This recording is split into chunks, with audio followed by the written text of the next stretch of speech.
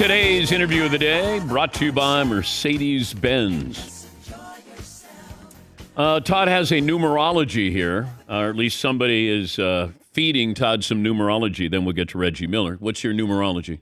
So 6/17/08 was the last time the Celtics won their championship. Okay. Tonight is 6/17/24. The Boston Celtics Boston area code is 617. Something special about June 17th in the air. Looks like the Celtics will wrap things up tonight. Okay. You guaranteeing it? I'm going to do the Charles Barkley. I guarantee the Celtics are going to wrap it up tonight. Let's bring in Reggie Aloysius Miller Jr. III, Turner Sports Hall of Famer. Celtics wrap it up tonight? First of all, please tell Todd, don't do that again. Please. No. That was so bad.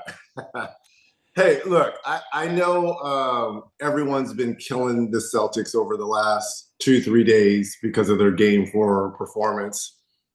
But Theodore, you've been around this business a long time, and you understand this. Look, will anyone care if the Celtics wrap it up tonight and win in this gentleman's sweep? In the history, when they go back and look at this 4-1 series, if it is 4-1, if they do wrap up tonight, are they going to talk about the shellacking they took in Game 4? No. All they'll talk about is their 18th NBA championship. So I understand everyone on, the networks, oh my God, what's wrong with the Celtics?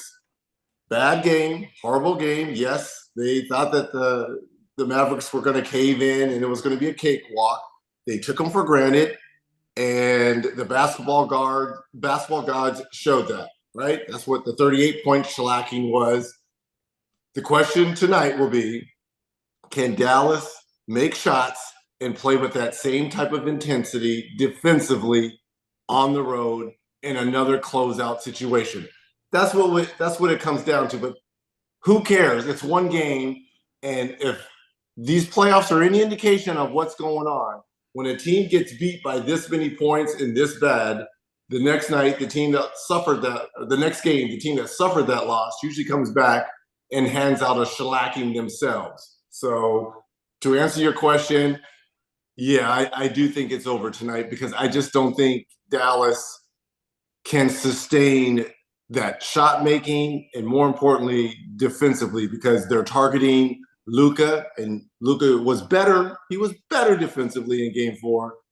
Can he do it again here in Game 5? I don't know, Dan. But did they figure something out, though, Reg, that you can take from that game to use tonight? That's the only thing that, yes, they looked really impressive. They blew them out. Boston gave up probably at halftime. But is there something there that you think if Dallas figured something out that can help them win tonight? Well, a couple things. Their pace was better. They played faster, which you and I talked about last week. And again, guys made shots. Dante Exum was good off the bench. Tim Hardaway Jr., there was a sighting. Finally, he started to make shots.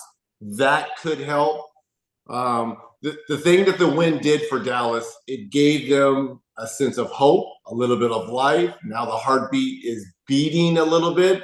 Now, I will say this. If they can find a way and win tonight on the road in Boston, this series completely changes, because now you go back to Dallas and you would assume they would win that, and that sets up a huge Game 7, and we know how Dallas, they are on the road in Game 7s. Yeah. But again, that's a lot of ifs, but that makes tonight's game so interesting. If Dallas can find a way, and they have been good on the road in these playoffs, but they've got to be able to sustain their shot making, which they've only done in Game 4.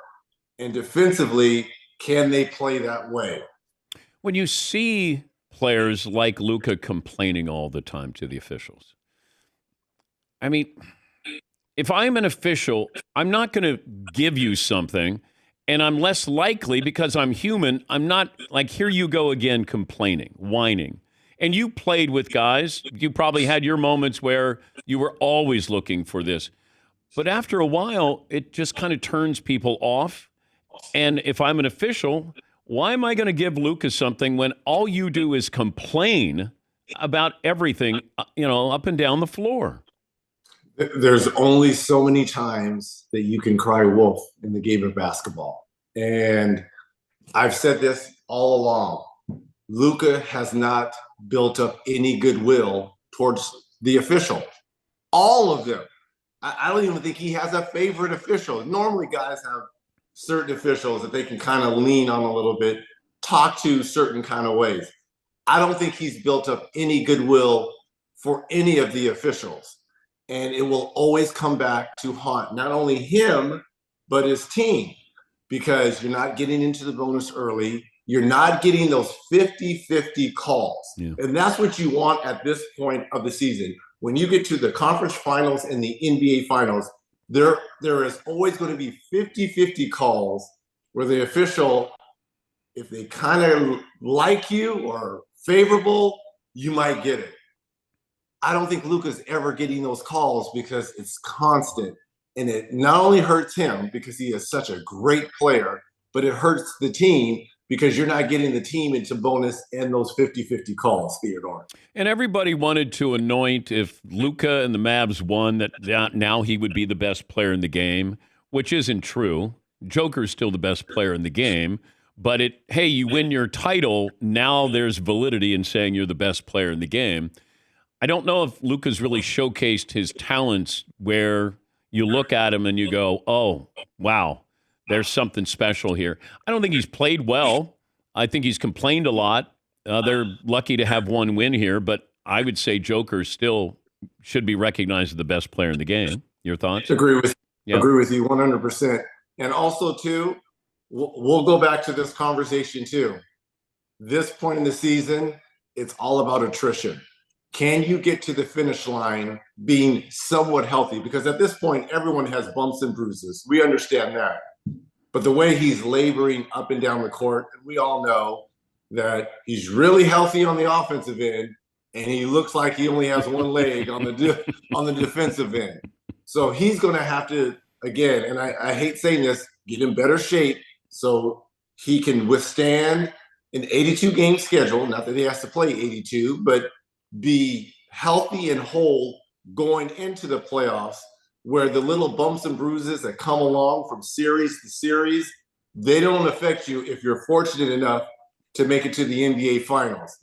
You got to get in better shape. And you look at across the aisle, you look at Tatum, Brown, Holiday, White, those guys are always healthy and playing. I think the only question mark for Boston is Porzingis. Yeah. Like, he'll never be able to me, play 60 to 65 games again. He just gets hurt. It's too long of a season for him. So I think there'll be load management for Porzingis going forward, always for the Celtics, because they want him healthy and whole going into the playoffs. Talking to Reggie Miller, the Hall of Famer, Turner Sports NBA analyst. Speaking of which, Charles Barkley announcing his retirement after next season. Do you believe it? I don't want to believe it. Well, first of all, let me say this. This could be retirement for all of us at Turner Network next year. Well, what are you going to do? Like, have you been told anything? I know Charles in the studio show, but, you're their lead analyst here. We are in the dark. We have no idea. This is way above my pay grade. I'm hoping. I think our leadership is at the table from everything I'm hearing, again, which isn't a lot. And I hope they're, having a 2 minutes left in the fourth, and they're, trying to pull out a win here. It would be nice. I think Charles is getting ahead of the story because his name is being thrown out there with NBC and Amazon and the possibilities. And I think he just wanted to set the record straight, and good for him. He's always done things on his own terms. You and I know Charles very well, and he's not going to let other people dictate what he wants to do. And I think he wanted to get ahead of the story and announce this. So if this is his last year, we've had conversations. I'm like, look, dude, we're going to go out with a bang. So whatever happens at our network, if we do get a piece of the pie and we're one of the four horsemen or not, if this is our lame duck year and this is my last year at Turner as well, we're going to have fun and go out with a bang. If you were on the Lakers and they thought about bringing in J.J. Redick, who had never coached before, would you have concerns? Well, who am I on the Lakers? Am I LeBron? Am I AD? How about Or am I Austin? You know, I'm going to make you LeBron. well, we do a podcast together. I know his basketball IQ, so I think if I'm LeBron, I'm cool with it because I have a working relationship with JJ. But here's the thing: I don't want any person out there trying to get an NBA job. We know how hard it is, especially as a coach. As a player, it's extremely hard, but as a coach, even harder at times. So if this is what JJ wants, and I haven't really heard a lot of comments coming out of his camp that he wants the Laker job. I know his name is being thrown out there, but I have not heard, and he's had an opportunity to address these, and I know he's in the NBA Finals, but he hasn't addressed this. But if he does want this, kudos and good luck to you. I just know if you look at the history of the Lakers, since Phil Jackson has left, right, the turnover has been what, 2 to 3 years? Vogel, Darvin Ham, Mike Brown, you name it, a lot of people have not survived. And now you're going to ask a guy who's never coached in this league to lead one of two franchises that has 17 at the time as we're speaking now, NBA championships. That's a lot to ask for JJ Redick. If that's what he wants, great. But I'm not quite sure your first time out the gate, this is what you want. I could be wrong, Theodore. Yeah, but I would worry if I'm JJ Redick about how the other players are perceiving the relationship I have with LeBron. And is it preferential treatment? I don't, and you're not treating everybody the same. I realize that if you're a star, you'll be treated differently. But I guess that's what I would be concerned about if I'm JJ. How do the other players feel about this? But Theodore, too, also, if Coach Borrego came in here, too, he's going to treat LeBron different than he treats everyone else. Yeah, but he's got a podcast with JJ Redick. If somebody else comes in. But it doesn't matter who's coaching the Lakers. LeBron will be looked upon differently just because of his body of work and who he is. How awkward is that podcast going to be if JJ doesn't get this job? I'm going to start listening to it after that. Well, okay, and I want to be honest right now between you and I. Okay. Do we think LeBron is in on the coaching search? Let's put it this way. I can't believe that he's not. So then if that is the case, don't you think it would be almost a no-brainer that JJ would get it then? Well, no, I think he was fascinated. If JJ doesn't get it, are we looking at LeBron like, dude, why didn't you get your guy the gig if he's in on these talks? Which personally, I'm going to say he is not. Has he been asked? Maybe. But I don't think he's calling Jeannie or Rob Pelinka up and saying and lobbying for JJ Redick. Okay, but control and inclusion are two different things. Does he have control of the situation? No. Is he included? I believe that he has to be. He was fascinated with Dan Hurley. And heard him on JJ's podcast. Okay, but inclusion can mean a lot of things. Inclusion can mean a simple phone call. Hey, this is what we're thinking, or day-to-day operations of being included. There's lots of levels here. Do you think LeBron's involved in this? I think he's been asked, but I think not to the point where he will have that say, the final say. I think they brought him the Borregos, the Hurleys, the JJ Redicks, and whomever. This is our pot. This is what we're thinking of. It's come across his desk. There's been multiple conversations, but I don't think he's calling now that it's down, now that Hurley's out, and it's between JJ and maybe Borrego. He's saying, go with JJ. Okay. I don't think he's saying. LeBron more involved in the coaching surge or Bronny being drafted by the Lakers? Wow. I would certainly say he's definitely more involved with Bronny. and that 55 pick, right? Don't the Lakers have the 55th pick in this draft? And that's what everyone is kind of like looking at where LeBron could fall. I think between him, Rich Paul, Bronny. He's more involved with that than he is the head coaching. Yeah. Yeah. That's his blood. That's his blood. And he's made no secret that he wants to play with him. Well, is it going to hurt him more that if they don't draft Bronny or if they don't take J.J. Redick? Okay. I know that the draft is when does free agency start? Because he's going to opt out.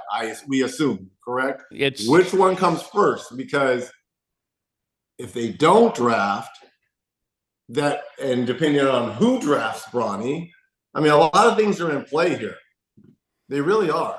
Because if they don't draft him and they had an opportunity to, and say, for instance, Dallas, who said they're looking at him hard at 58, could you see LeBron, Mark Cuban reunite? Hey. Yeah, that's a long time ago. Yeah.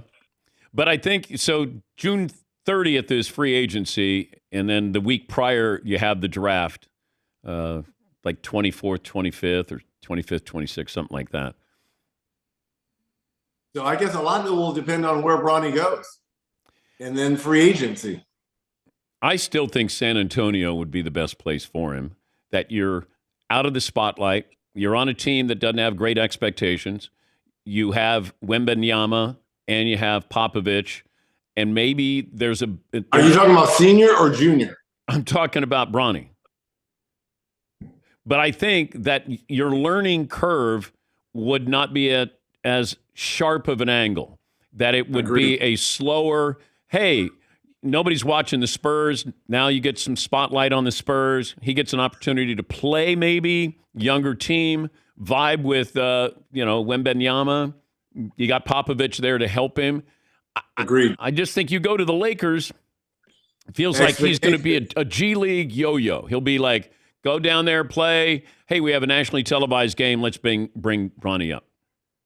I agree. I think the expectations would be much higher with the Lakers. I think he could grow more with San Antonio, all the things you alluded. And let's not forget, Popovich and LeBron have that relationship of winning that gold medal together. I think the Spurs would be a great place because it's a young team.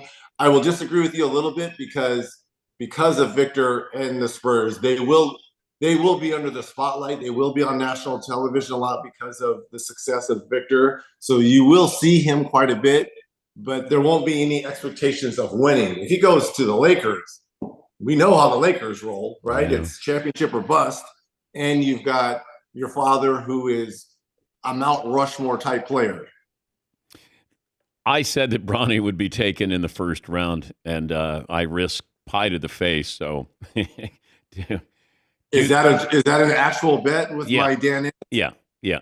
All four Danettes, they said that Bronny wouldn't be taken in the first round, and I said that somebody might. No, not going to happen. Okay, make that 5 Danettes. Yeah, I don't know why. I just thought maybe somebody gets squirrely here, and I don't know. I've heard his workouts have been fairly good. The thing that but it's like having your pro day as a quarterback, Reg. I know. Everybody. No, but they're different. Zach Wilson looked good on his pro day. When you go to an organization and have to work out, you are not scripting that. Your work now. When he was working out for teams to see him at the Lakers, I think he was at the Lakers facility. That's scripted. But when you have to go to a Dallas or you have to go to a Phoenix and work out for the organization, you're on their terms and you're on their workout. So that's not scripted. Okay. Well, I guess I'm alone on the Bronny Island. Do you want like Boston cream pie for me? A little cherry? Like what do you want? Just a whipped cream pie? Doesn't matter. Boston cream pie. If you want to do that based off of, Celtics winning the title, that's fine. It's okay. What pie would you want me to smash you with? I would probably just go with the old-fashioned whipped cream pie. Okay. Just whipped cream. Okay. Go with it. I got to throw some blueberries in there. And you're a health guy. Ooh, yeah. Yes, I am. Nice. Thank you for thinking of me and my health. That's what I do. He is the Hall of Famer, Reggie Miller, Turner Sports. Great to talk to you, Reg. Thanks for joining us as always. Appreciate you, Theodore. Love my Danettes. Let's go. And I There love you go. theme music. Working day and night, baby. That's Marvin. Marvin bringing the noise there. Yeah, Marvin. Let's take a break. Last call for phone calls. What we learned. What's in store tomorrow? Right after this.